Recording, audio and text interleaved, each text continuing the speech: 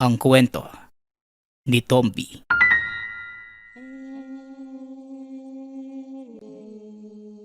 Ang kwentong ito ay hango sa totoong buhay.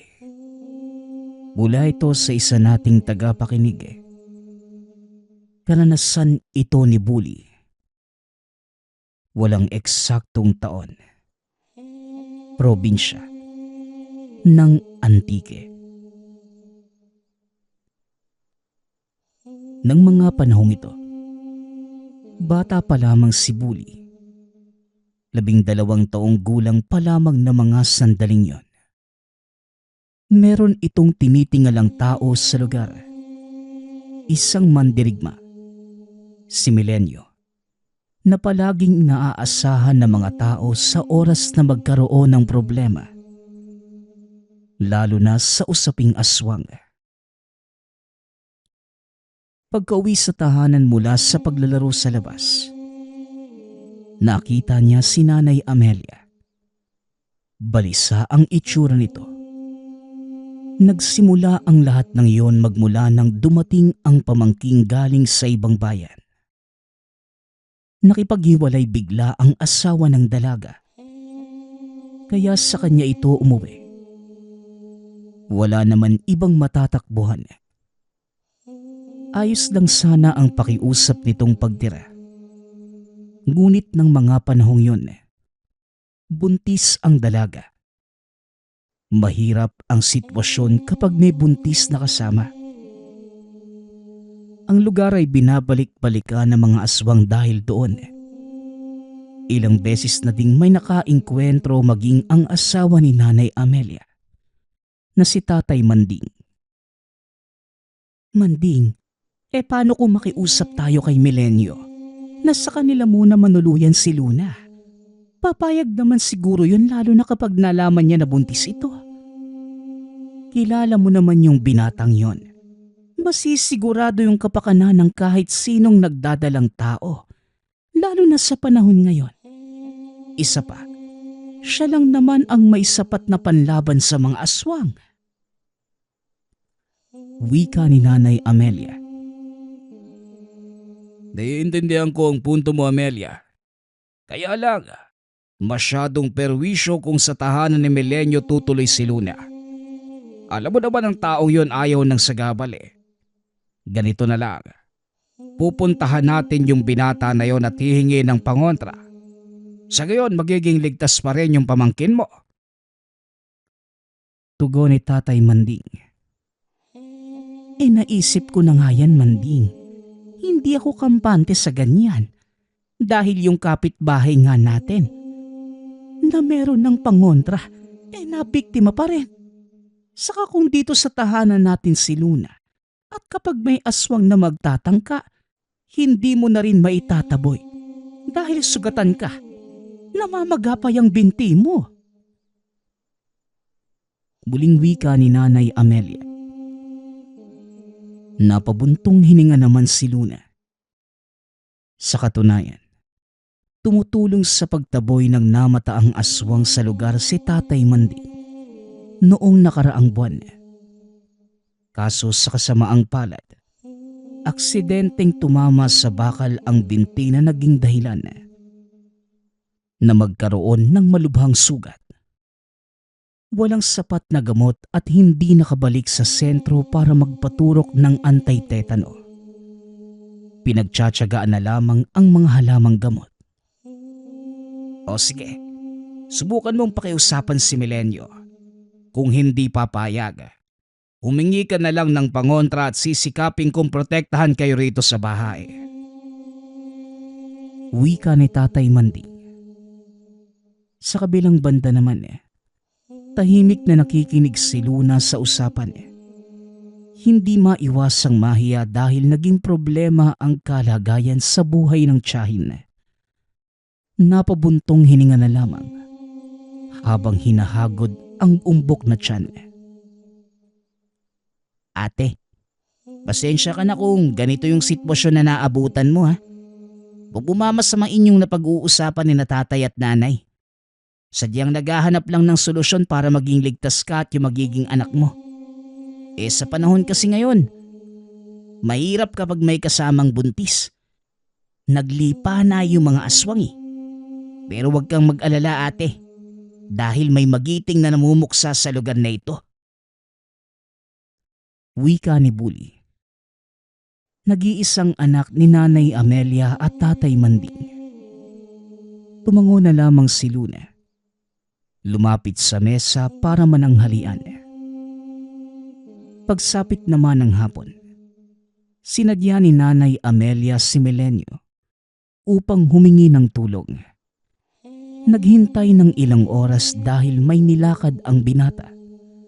At pagkabalik nito, isang tingin lang sa kanila ay alam na kagad ang pakay nila sa lugar.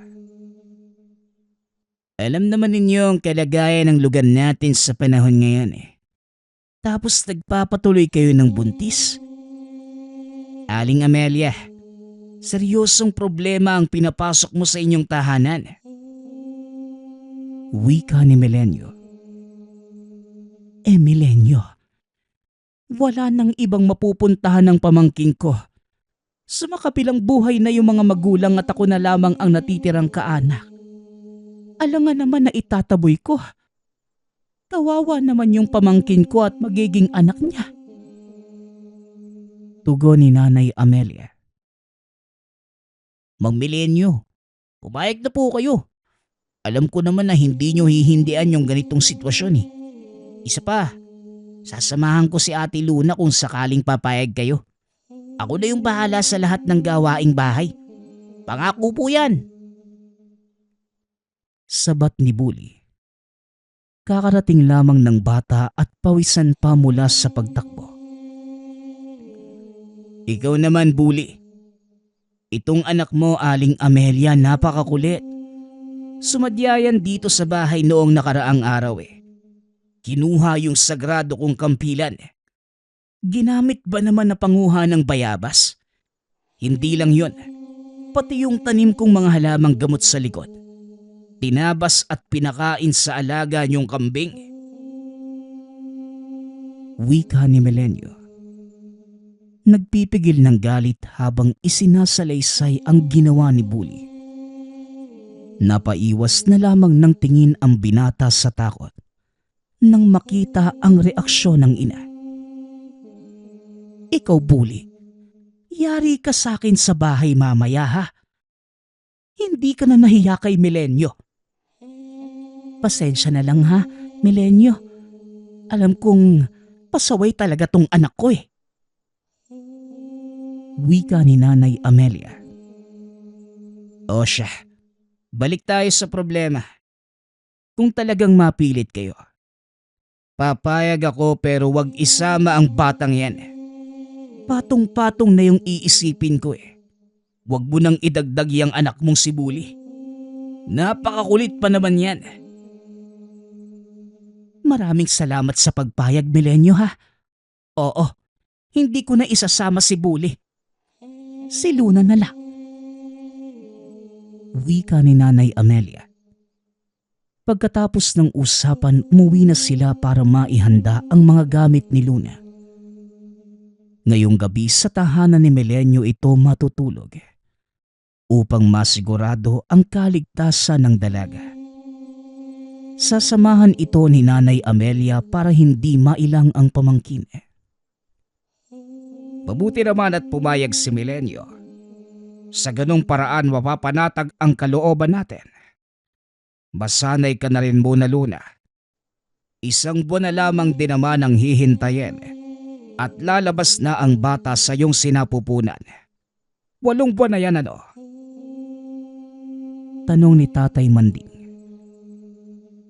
Oo tiyo, kaunting tiis na lang po talaga. Pasensya na rin po kayo sa perwisyong dala ko sa inyo ha. Tugon ni Luna. Ay nako, huwag mong sabihin yan pamangkin. Nagkataon lang na masama ang lagay ng paligid para sa kagaya mong nagdadalang tao. Hayaan mo. Ang sabi naman ni Milenyo, matatapos din ang panahon ng pambibiktima ng aswang. Hindi naman sa lahat ng oras ganito.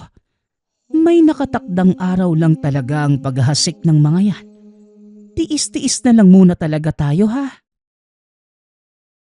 Tugon ni Nanay Amelia. Pagkatapos ng paghahanda ng iilang gamit, lumakad na sila papunta sa tahanan ni Milenyo. Gulat pa nang makita si Bully sa kusina, naghahanda ng makakain. Ay nako Amelia, wala nang mas ikukulit pa tong anak mo. Inunahan pa kayong makarating dito. Hayaan na nga, pakikinabangan ko na lang yung batang yan. Wika ni Milenyo. Napailing na lamang ito sa sobrang kakulitan ng bata. Pinandilatan ito ni Nanay Amelia. Ngunit tumawa lamang si Bully. Ipinagpatuloy na rin ang paghahanda ng lamesa. Sabay silang naghapunan at nagkwentuhan pagkatapos. Pagsapit naman ng oras ng pagtulog, pumwesto na sa higaan ang magtiyahin. Maliban kay Milenyo at Bully na tumambay muna sa bakuran. Mang Milenyo, ano nga po ba yung nangyari sa inyo para magkaroon ng kakayahan na malaman ng mga bagay-bagay? Lalo na sa aswang. Ang bilis nyo pagdating sa mga nilalang na yun eh. Naisip ko lang po na baka dati kayong aswang sa nakaraang buhay. Aray! Aray naman po! Natigil si Bully sa pagsasalita. Nang batukan ito ni Milenyo. Kung dati man akong aswang, sana noon pang nakaraang buhay hinanap na kita para mabiktima. Napakalala ng dila mo, Bully. Wika ni Milenyo. Ito naman si Mang Milenyo. Biro lang. Ganyan siguro kapag tumatanda na no. Hindi na alam yung pinagkaiba ng seryosohan sa pagbibiro. Maiba nga po pala ako. Kailan matatapos yung panahon ng mga aswang? Nakakaawa na po kasi yung sitwasyon ng mga buntis ngayon eh. Nangangamba na nga sila na baka malaglag yung bata sa sinapupunan. Dumadagdag pa yung nilalang na yan. Ang masyadong pag-aalala, nadudulot din po ng masama sa ibang buntis, di ba? Seryosong wika ng bata. Hindi magtatagal. Kakalma din ang sitwasyon. Nagkataon lang talaga na maraming nagdadalang tao. Ngayon pa na oras na mga aswang. Pero wag kang mag-alala. Malapit nang matigil ang pambibiktima. Hindi naman sa matitigil na talaga dahil darating muli ang panahon ng paghahasik. Pero sa ngayon, gusto kong maging alerto ka, Bully. Kailangan ko rin ng tulong mo kaya pumayag akong dumito ka sa bahay. Makinig ka lang mabuti para hindi ako magalit ha. Tugon ni Milenyo. Yan ang gusto ko. Ano po bang gagawin ko, Mang Milenyo? Wala naman masyado. Isa lang ang ibibigay ko. Maging alisto ka sa mga senyales ng paligid. Kung may kahina-hinalang mapansin, magsabi ka kagad sa akin. Tugon ni Milenyo. Sa puntong ito naging bantay si Bully. Walang reklamo na tinanggap ang utos. Sa sala siya pumwesto. Nakadungaw sa bintana habang tinitignang maigi ang paligid. May bitbit na langis. Para pang saboy kung sakaling may makitang aswang. Ilang oras ang lumipas wala pa namang napapansin. Ngunit makaraan lamang ang ilang sandali. Napako ang tingin sa unahan. Madilim ang bahaging yun ngunit malinaw na nakikita ang gumagalaw na anino. May hubog ito ng isang taong gumagapang. Inakala ng bata noong una na baka kapitbahay lamang na dumudumi. Wala pang maayos na palikuran ang mga kabayan. Ngunit nang sandaling umalingasaw ang matinding amoy, wala sa sariling napasigaw. Kagad namang naagaw ang atensyon ni Melenyo. Naabala sa pag-aayos ng mga kagamitan. Sa hudyat ni Bully, dali-daling kinuha ang kanyang sandata, ang sagradong kampilan. Saka ito dali-daling lumabas. Doon ho, Mang Milenyo. May gumagapang na aswang sa damuhan. Hulihin po ninyo. Sigaw ni Bully. Natataranta na ito ng mga sandaling yon. Ang lakas ng boses mo. Hinaan mo at baka mabulabog ang ibang tao. Sa sigaw mong yan, malamang natimbrehan na din yung aswang. Kapag yun nakatakas, yari ka talaga sa akin. Wika ni Melenyo. Tumahimik naman si Bully ngunit huli na. Nagising ang mga kapitbahay lalo na sina Nanay Amelia at Luna. Sa kabilang banda naman, tinalasan ni Melenyo ang paningin para sa paghahanap. Naamoy ang aswang ngunit hindi pa mahagilap ang pinagtataguan. Nilibot niya ang abandonadong tahanan ng dating negosyante. Paglabas dito, naabutan ang aswang.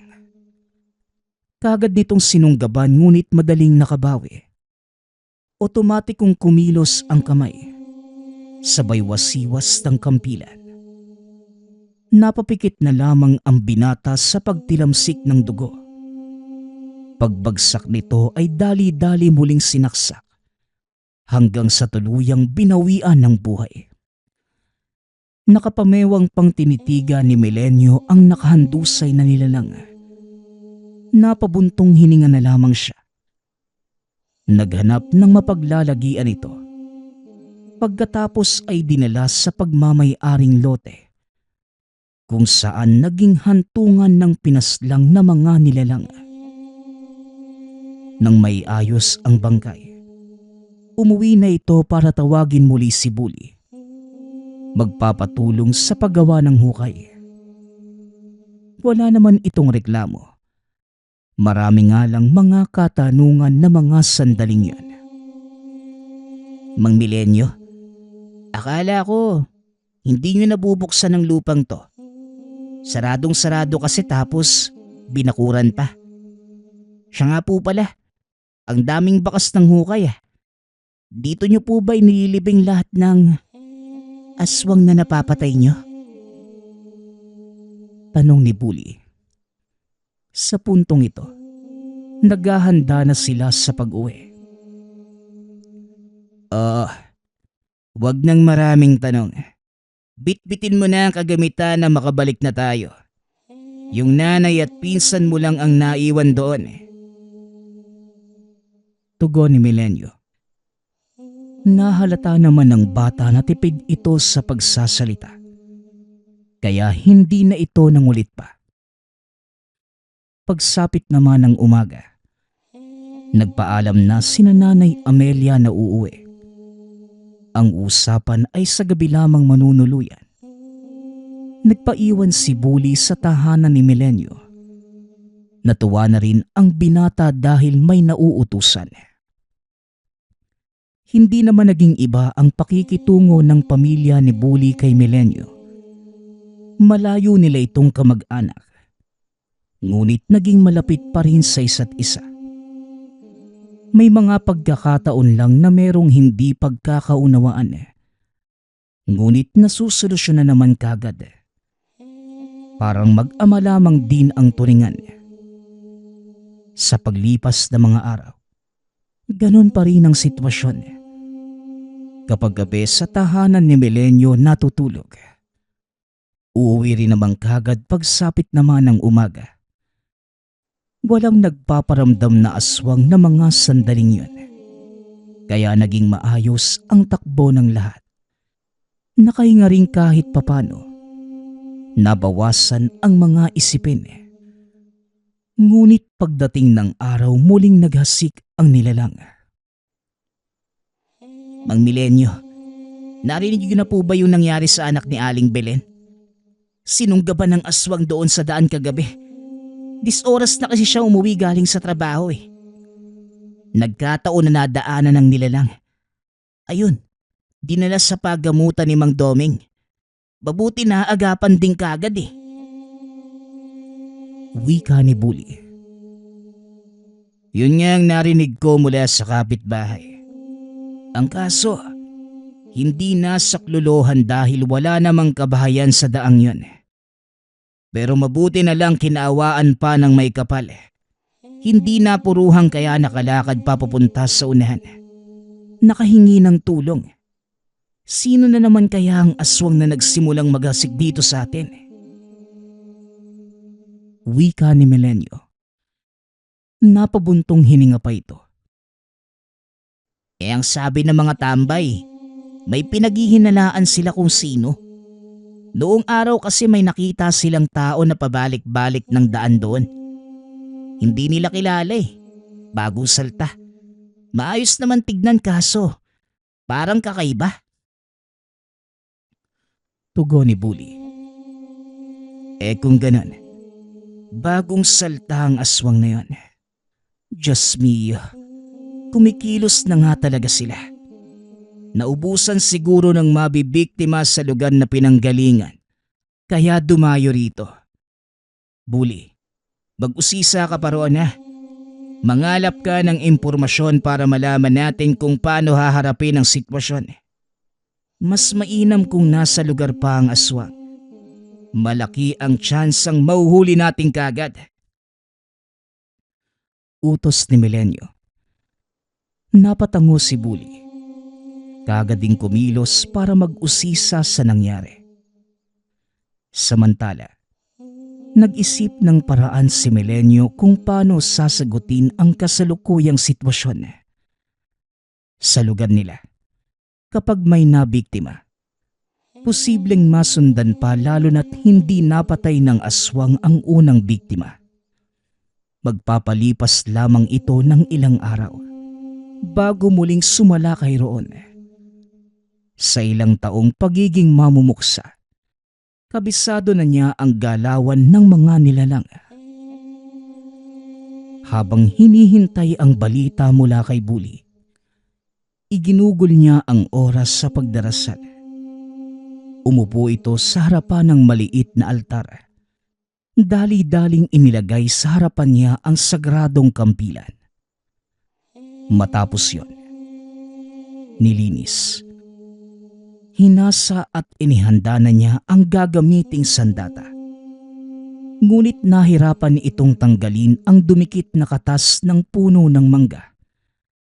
Dahil muli na naman itong ginamit ni Bully nang walang paalam. Ay nako, napakatigas talaga ng ulo ng Bully na yan. Sa dinami-rami ng patalim sa kusina, dito pa talaga naganap sa kwarto ko. At itong sagradong sandata ko pa ang naisipang gamitin. Ay sus Mariosep! Wika ni Melenyo sa sarili. Habang patuloy pa rin sa pagtanggal ng lagkit sa patalim. Pagkatapos, hinarap nito si Bully na kakarating lang. Mang Melenyo, sa kabilang sityo nakita ng mga tambay yung sinasabi nilang tao. Isang babae. Madali lang makilala kasi unang tingin lang mapapansin na merong mali. Lalo na kung kayo ang makakakita. Kanina lang nila namataan doon. Ang hinala nila naghahanap na naman ng mabibiktima. Ganun ba? Maiba tayo, Bully. Ginalaw mo na naman ba ang aking sandata? Ilang beses ko bang sasabihin na wag mong pakialaman? Maraming patalim sa kusina. Yun ang gamitin mo. Yun lang? Hindi ko nga alam kung bakit yun yung ginagamit mo sa pumumuksa eh. Mapurol naman. Nahirapan nga akong hiwain yung mangga kanina. Napabuntong hininga na lamang si Melenyo. Dahil sa totoo lang, sa aswang lamang gumagana ang patalim at magiging mapurol ito laban sa ibang bagay, maging sa tao. Ngunit hindi pwedeng hayaan lamang si Bully sa kung anong maisip nito. O sige, Balik na tayo sa usapang aswang. Nakita nila kamo. Sinong tambay ang tinanong mo? Baka yung sintu-sintu sa kanto ha? Kung ano-ano lang naman yung sinasabi ng mga yun Depende sa maiisip nila. Wika ni Melenyo. Hindi po no. Matitinong tambay yung tinanong ko. Yung grupo ng anak ni Mang Doming. Alam nyo naman na aktibo yung mga yun pagdating sa usaping aswang. Maaasahan sila. Tugon ni Bully. Kung ganon sige. Ikonsidera natin ang nakalap mong impormasyon. Pupunta ako sa kabilang sitio para malaman kung gaano yung katotoo. Wika ni Melenyo. Pagsapit ng hapon, pumunta ang binata sa kabilang sitio. Hindi na isinama si Bully. Nagmasid-masid sa paligid sa loob ng ilang oras. Umuwi na rin kagad pagkatapos. Hanggang sa nakasalubong sa daan ang tambay na pinagtanungan ni Bully. Nanindigan ito sa sinabi na meron talagang umaaligid na aswang sa lugar. Hiningian niya ito ng detalyadong deskripsyon. Maayos naman itong naibigay. Pagkatapos, bumalik na ng tahanan. Habang nagpapaantok, binuksan ni Melenyo ang bintana upang makalanghap ng sariwang hangin. Tulog na ang mga kasama sa tahanan. Siya na lamang ang nag-iisang gising. Hindi nagtagal. Bigla na lamang nag-iba ang samyo sa paligid. Kagad na alisto nang mapansin ang pagdaan ng isang babae. Kahit nakatalikod sa gawin niya, umakma ang iilang deskripsyon na binanggit ng tambay. Hindi na nagdalawang isip. Dali-dali itong sinundan. Ang ipinagtataka lamang, inililigaw siya nito. Hindi niya alam kung bakit ngunit sinabayan. Nagkunwari itong nawala sa daan. Nang mapansin ng nilalang, bumalik ito. Hinayaan na muna para malaman kung ano ang binabalak. Mabilis namang sumunod si Emilio makalipas ang ilang sandali. Napakuyom ang kamao. Napagtantong sa tahanan niya binabalak na maghasik ng aswang. Sa katunayan, dahan-dahan na itong gumagapang papunta sa silong. Animal ka? Sa kabilang sityo naglilibot ka tapos dito lang pala sa bahay ko binabalak mo mang biktima. Hanga na talaga ako sa katapangan mo. Ang lakas ng loob mong lumapit sa tahanan ng isang manunugis. Hindi mo yata kilalang yung binabangga aswang. O sige, lumapit ka pa sa silong nang makita mo. Wika ni Melenyo mula sa hindi kalayuan. Hinintay niya na makarating sa ilalim ng tahanan ang nilalang. Nang sandaling naroon na ito sa silong, ganun na lamang ang paghiyaw pagkatapos pumulupot sa mga binte ang nasaging bitag. Kalmadong lumapit si Melenyo. Umiiling-iling pa habang papalapit sa nilalang. O ano ang napala mo? Ang lakas kasi ng loob mo na pagplanuhan ng pambibiktima sa baluarte ng kagaya kong manunugis. Wika ni Melenyo. Umangil ang aswang. Pilit kumakawala sa pagkakatali. Tinignan lamang niya ito. Kampante dahil may bisa ng orasyon ang lubid. May tsansa pang malagutan ng hininga kesa makawala. Ano? Kalmado ka na ba? Kung magpapatuloy ka sa paglilikot mo, malamang hindi ka lang mapapaso. Mapuputol talaga yung binti mo. Masakit to. Pero dapat lang nakayanin mo. Wika ni Melenyo. Hinampas niya ang aswang. Tipak ng kahoy muna dahil gusto pang pagdusahin. Tinigilan lamang ng magdugo na ang muka. Nangihina na rin ito. Hinugot na ni Melenyo ang kanyang kampilan na siyang gagamitin para tapusin ang buhay nito. Napatanda muna ng krus bago tuluyang isinaksak. Kinalagan pagkatapos humandusay. Nang sandaling pinakawalan sa tali, nagulat na lamang si Melenyo ng sunggaban. Buong pwersa siyang binangga kaya't nagkaroon ng oras para makatakas, subalit nasundan din kagad. Aba, nakatakas ka nga. Pero dito naman sa libingan pumunta. Kung sa bagay, walang matinong pag-iisip ang katulad mong halimaw. Wika ni Melenyo. Napabuntong hininga na lamang ito sa naging kilos ng nilalang.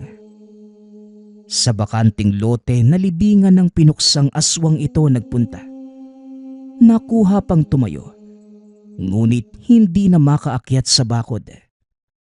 Humarap na lamang sa kanya at sinubukang sumugod. Kalmado lamang si Melenyo, pasimpleng umiilag. Hindi na lumaban dahil hinang-hina na ang nilalang. Ilang beses pang natumba ngunit sinikap na makabangon para umatake. Nang tumagal, kumilos na ang binata.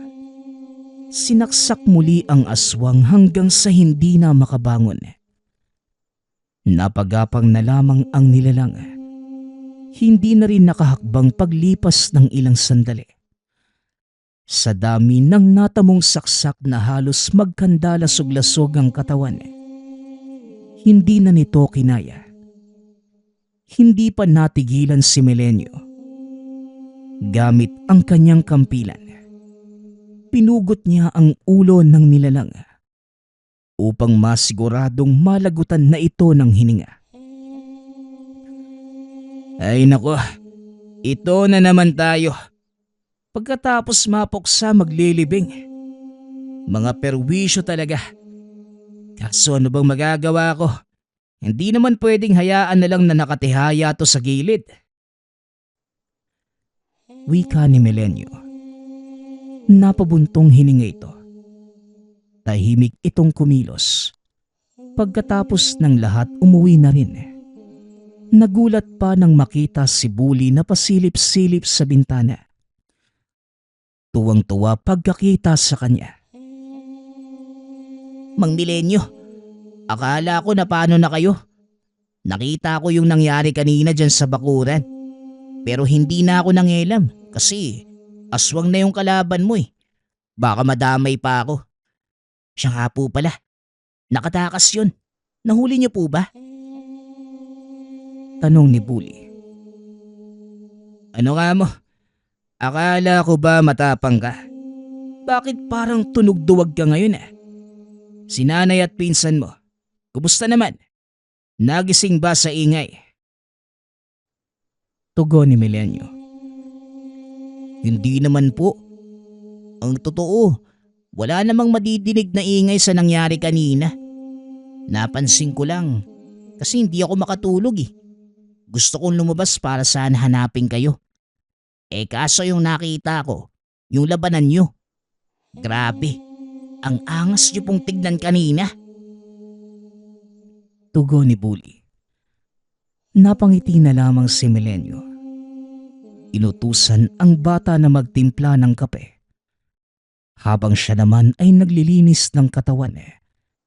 Inaalis ang dugo at amoy na kumapit dahil sa aswang. Mang Melenyo, tungkol po pala sa sandata nyo. Bakit nung hiniwa ko sa mangga yung kampilan, ang purol? Pero kung sa aswang naman sobrang talim, paano po nangyari yun? Tanong ni Bully. Ay nako, umandar na naman ang dami mong tanong. O sige, sasagutin ko para matahimik ka na. Ang sandata ko ay para lamang sa mga aswang.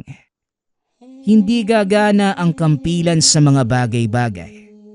Kaya sana, huwag mo nang papakialaman para gamitin na pangbalat sa mga nanakaw mong mangga at bayabas. Tugon ni Milenyo. Hindi ko naman po talaga papakialaman. Hindi naman mapapakinabangan eh. Nakakainganyo lang gamitin yung kampilan nyo. 'Di ba? Ang angas kasi ng datingan. Angas ka dyan. Matulog ka na nga doon. Tumadaldal ka na naman eh. Magpahinga ka na. Mahaba pa ang gabi. Bukas ka na lang umarangkada. Sita ni Milenyo. Kagad namang sumunod ang bata. Nang si Milenyo na lamang ang naiwang gising. Ginugol ang oras para linisin ang mga gamit. Pagkatapos, ibinalik sa lagayan ang kampilan. Itinago sa pwesto kung saan hindi na madaling mahanap ni Bully. Nababahala na baka gamitin na namang sa kung saan-saan. Pagsapit ng umaga, hindi na nakauwi pa sina Nanay Amelia dahil iniinda na ang pananakit ng tiyan. Idiniretso nila sa bahay ng kumadrona. Nag-aabang na rin si Milenyo para may makatulong. Pagkatapos nito, sa tahanan na rin nila nagpahinga. Pinagbawalan na ang buntis na maglakad-lakad dahil nalalapit na ang araw ng panganganak. Sumasadya na lamang si Milenyo sa kanila. Minsan doon na rin ito natutulog para mabantayan. Wala namang masamang nangyari hanggang sa dumating ang puntong nailuwal ang bata. Alisto naman ang binata, maging si Bully lalo na sa banta ng mga aswang. Paminsan-minsan merong nagpaparamdam. Ngunit walang labanang naganap dahil dinoble ni Milenyo ang bisa ng mga pangontra. Sa paglipas ng mga araw, muling napayapa ang lugar. Natapos din ang panahon ng paghasik ng mga nilalang. Saglit na nawala ang pangamba ngunit naroon pa rin ang takot ng karamihan. Hindi natin masasabing tapos na dahil walang hangganan ang pambibiktima ng mga ito. Matapos ang lahat ng kaganapan, muli na namang bumalik sa normal ang lahat. Nagpatuloy sa araw-araw na gawain si Milenyo. Habang si Bully naman, unti-unting nagbago ang hilig. Itinuon ang oras sa pag-aaral at pagtuklas ng ibang bagay. Naiinis man si Milenyo sa kanya. Ngunit merong parte sa kaloob-looban na hinahanap-hanap niya ang presensya ng bata. Ngunit sa loob ni Milenyo, mas mabuti na ang ganun kesa gayahin pa siya ni Bully. Hindi madali ang gampanin ng isang manunugis. Araw-araw nalalagay ang buhay sa peligro para lamang makatulong sa ibang tao. Ito ay isang tungkulin na kanyang ginagampanan hanggang sa dumating ang dapit hapon sa buhay. Ang susunod nating kwento ay mula sa isa nating tagapakinig. Karanasan ito ni Kulas. Walang eksaktong taon. Probinsya ng Quezon. Bata pa lamang ito. Pangarap na ni Kulas na makapagtayo ng sariling tahanan. Kaya naman nang makapagtapos, nagpursige ito sa pagtatrabaho upang makapag-ipon ng sapat na salapi. Makalipas naman ang ilang taon, malapit nang matupad ang pangarap ni Kulas. Nakapag-ipon ito. Sa wakas, mapapatayo na ang pinapangarap na tahanan. Hanggang sa nakahanap ang binata ng manggagawa at nagsimula na ang pagpapatayo ng bahay. Hanggang sa lumipas ang isang buwan, bigla na lang naglaho ang kausap niya na parang bula.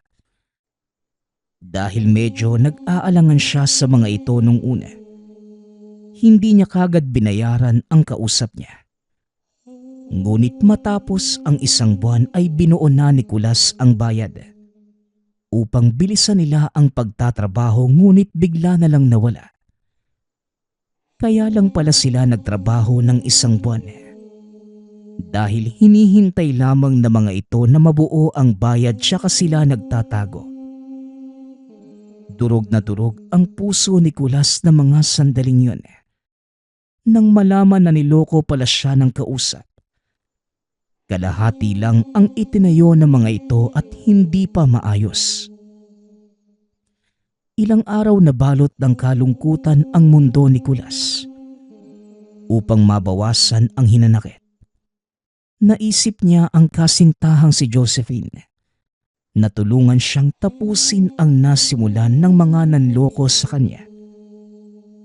Dahil meron naman itong karanasan sa pagbuo ng tahanan, natupad din ang pinapangarap ni Nicolas. Ngunit kulang ang natirang pera ng binata para sa mga materyales. Ibinigay ng ama ang ilan sa mga puno sa kanilang lupain. Madaming matataas na puno ng akasya na matatagpuan sa lupa ng ama. Pinutol ang ilan sa mga ito upang gamiting materyales sa bahay ni Nicolas. Nabawasan kahit papano ang sama ng loob. Ngunit hindi yon naging sapat upang tuluyang mawala ang sama ng loob, na sa isang iglap ay nawala ang lahat ng inipon. Makalipas ang ilang buwan, tuluyan nang natapos ang bahay ni Nicolas. Laking pasasalamat niya sa lahat ng tumulong, lalo na sa kasintahan. Akala ni Nicolas ay magiging maayos na ang lahat. Ngunit isang gabi, habang natutulog, nagkaroon ito ng masamang panaginip. Kamatayan ng mga mahal sa buhay ang nakikita. At paulit-ulit lamang ito. Alam ni Nicolas na panaginip lamang ang lahat. Ngunit hindi siya magising-gising. Makalipas ang ilang sandali, pakiramdam niya ay hindi na siya makahinga. Sinikap niyang galawin ang mga daliri sa paa at kamay. Kalaunan, nagawa niya ito. Nagising ang binata na naghihingalo. Ramdam pa din ang bigat sa dibdib. Ano bang nangyayari sa'yo, Kulas? Ayos ka lang ba? Ayos lang ako, Josephine. Binangungot lang ako. Tara, matulog na lang ulit tayo. Sigurado ka bang ayos ka lang? Halika, yayakapin na lang kita. Pag-uusap ng magkasintahan. Hindi nagtagal. Nakatulog naman silang uli. Ngunit nagpatuloy ang mga bangungot ni Nicolas ng ilang araw. At isang gabi, hindi na niya ito kinaya. Josephine, hindi ko na kaya to. Ilang araw nang lumilipas at palala ng palala yung panaginip ko. Baka isang araw, hindi na lang ako magising. Wika ni Nicolas. Pero Kulas, kailangan mong matulog. Hindi pwedeng hindi ka magpahinga. Magkakasakit ka sa ginagawa mo eh. Hindi mo nakikita at nararamdaman ang nangyayari sa akin, Josephine. Hindi mo alam kung gaano kasakit. Kahit kalabanin ko yung sarili ko na gumising gabi-gabi para mabuhay katabi mo. O sige, bukas na bukas. Maghahanap tayo ng manggagamot para matulungan tayo. Pero parang awa mo na, Kulas. Matulog ka ngayon. Babantayan kita para mapanatag ang loob mo. Wika ni Josephine. Hindi na nakipagtalo pa si Kulas. Dahil pagod na ito. Ilang araw na siyang hindi nakakatulog ng maayos. Makalipas ang ilang sandali, paunti-unti namang nakatulog ang binata. Nagising si Kulas sa marahas na pagkibo ni Josephine sa kanya. Sumama ang kalooban ni Kulas dahil sinira ng kasintahan ang tulog. Gumising ka na, Kulas. Aalis na tayo. Dalian mo. Tara na. Wika ni Josephine. At kagad niyang hinila si Kulas papalabas ng tahanan. Teka nga, Josephine. Saan ba tayo pupunta?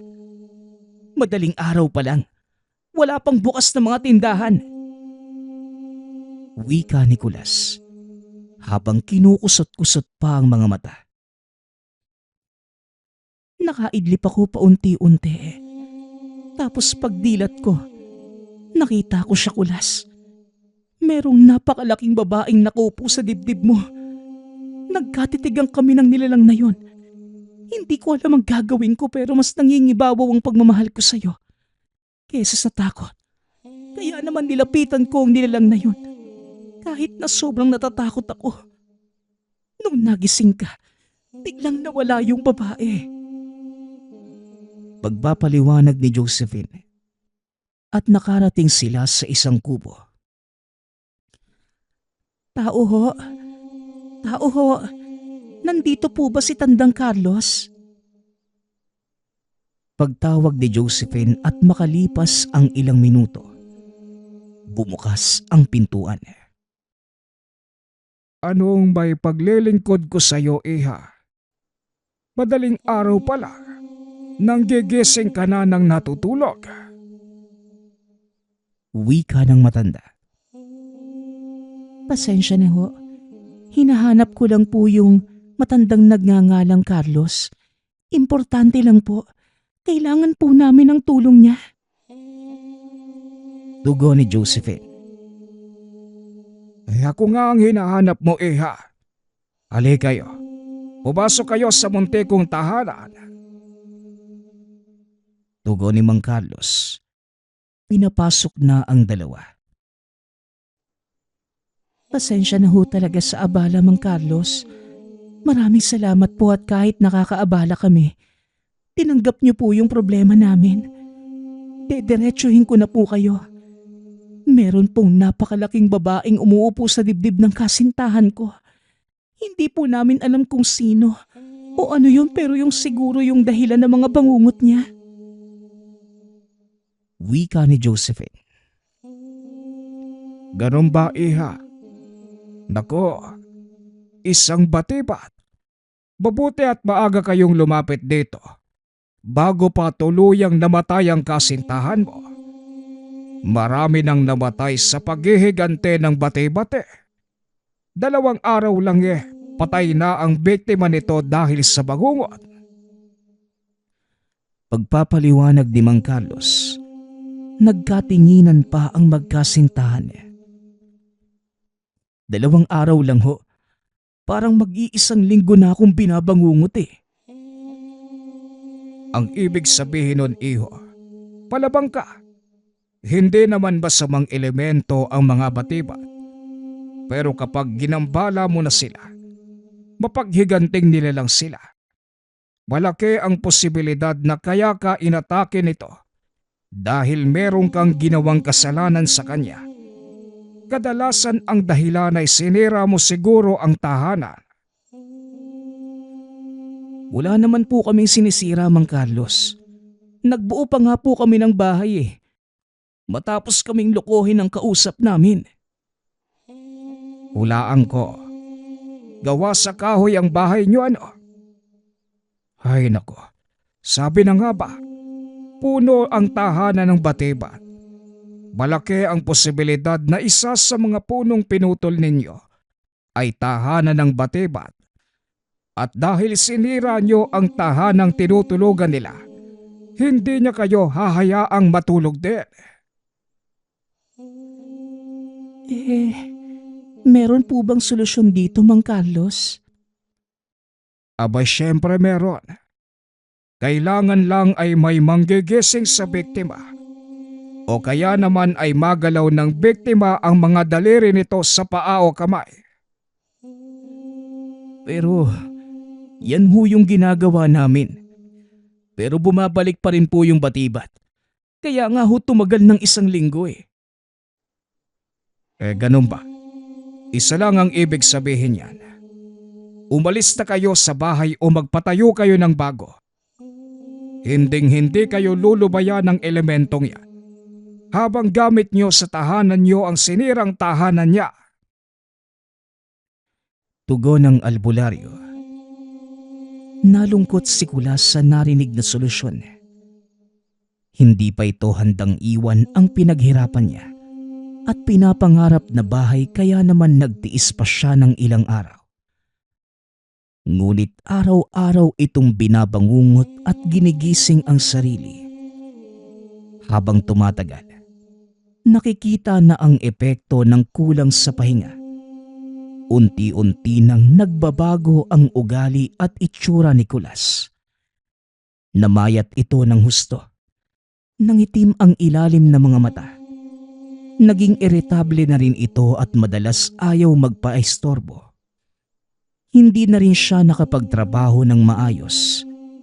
At isang gabi, hindi na niya ito kinaya. Sa sobrang tindi ng bangungot ni Kulas, hindi na ito magising pa kahit anong gising ni Josephine. Dali-dali itong sinugod sa ospital. Nag-aagaw buhay si Kulas at tuluyan ng tumigil ang puso sa pagtibok. Hindi matanggap ng pamilya ang pagkawala ni Kulas. Ngunit hindi na sila masyadong nagulat dahil sa nangyayari sa kanya.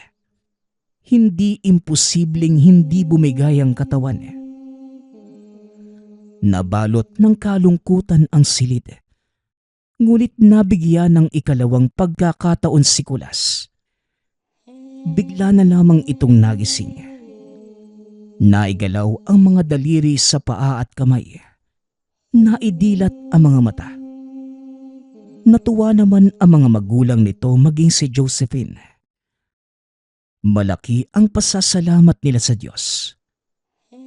Matapos ang pangyayaring yun, tuluyan ng binitawan ni Kulas ang pinaghirapang tahanan dahil napagtanto niya sa sarili na mas mahalaga ang buhay ng tao kesa sa isang infrastruktura.